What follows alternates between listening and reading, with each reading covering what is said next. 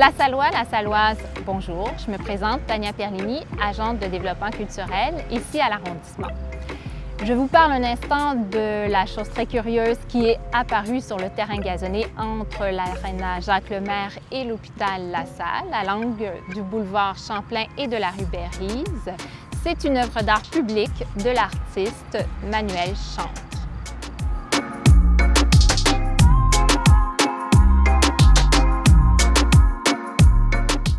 La genèse de ce projet date du mois d'avril, à un moment où nous étions encore tous confinés.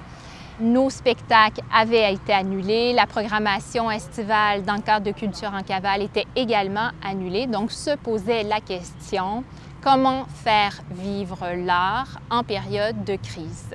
C'est à ce moment, donc au mois d'avril, que j'ai contacté l'artiste Manuel Chantre et c'est durant nos conversations qu'a émergé l'idée d'une œuvre d'art qui incarnerait symboliquement un phare dont la lumière demeurerait allumée tant et aussi longtemps que durerait la crise de la COVID-19. C'est un lieu de rassemblement, c'est une lumière qui nous guide dans la noirceur. Quand l'arrondissement m'a contacté, c'est certain que j'étais intéressé. C'était une œuvre extérieure, temporaire. Puis aussi, le sujet il touchait à tout le monde. Là. Donc, on était en pleine crise, en confinement. L'idée d'avoir une œuvre qui est un œuvre fort par rapport à la COVID, une œuvre qui pourrait évoquer le courage ou évoquer quelque chose de positif. Le défi pour le projet, c'était de le créer rapidement. Donc, ce que j'ai fait, j'ai pris des éléments qui étaient autour de moi. Dans ma maison, dans ma cuisine, j'ai des lattes d'acrylique que j'avais depuis peut-être 5-6 ans, que j'avais gardées puis j'avais accrochées sur mon mur.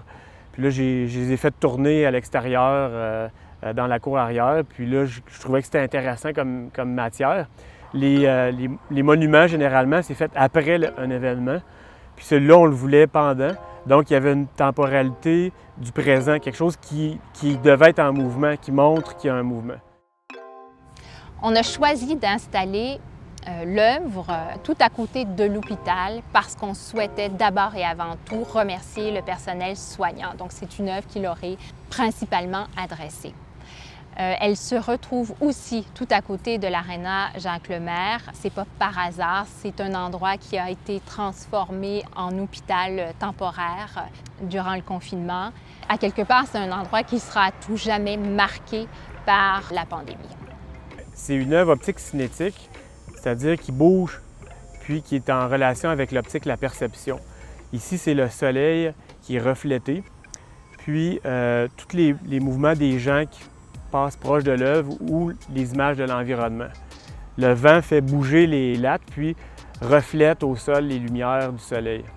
Puis la nuit, on a un éclairage qui permet aussi de créer une mosaïque au sol de reflets d'éclairage. On utilise des éléments qui font partie de notre environnement, qui ont des influences sur nous, qui ont un impact sur nous, autant le vent que la lumière du soleil. Puis ça permet aussi d'avoir une œuvre qui est toujours évolutive, qui change vraiment beaucoup en fonction d'éléments qu'on ne contrôle pas. Un peu comme la COVID, où c'est quelque chose qui est arrivé qu'on n'a pas le contrôle. Mais il faut apprendre à danser ou à maîtriser avec cette force-là.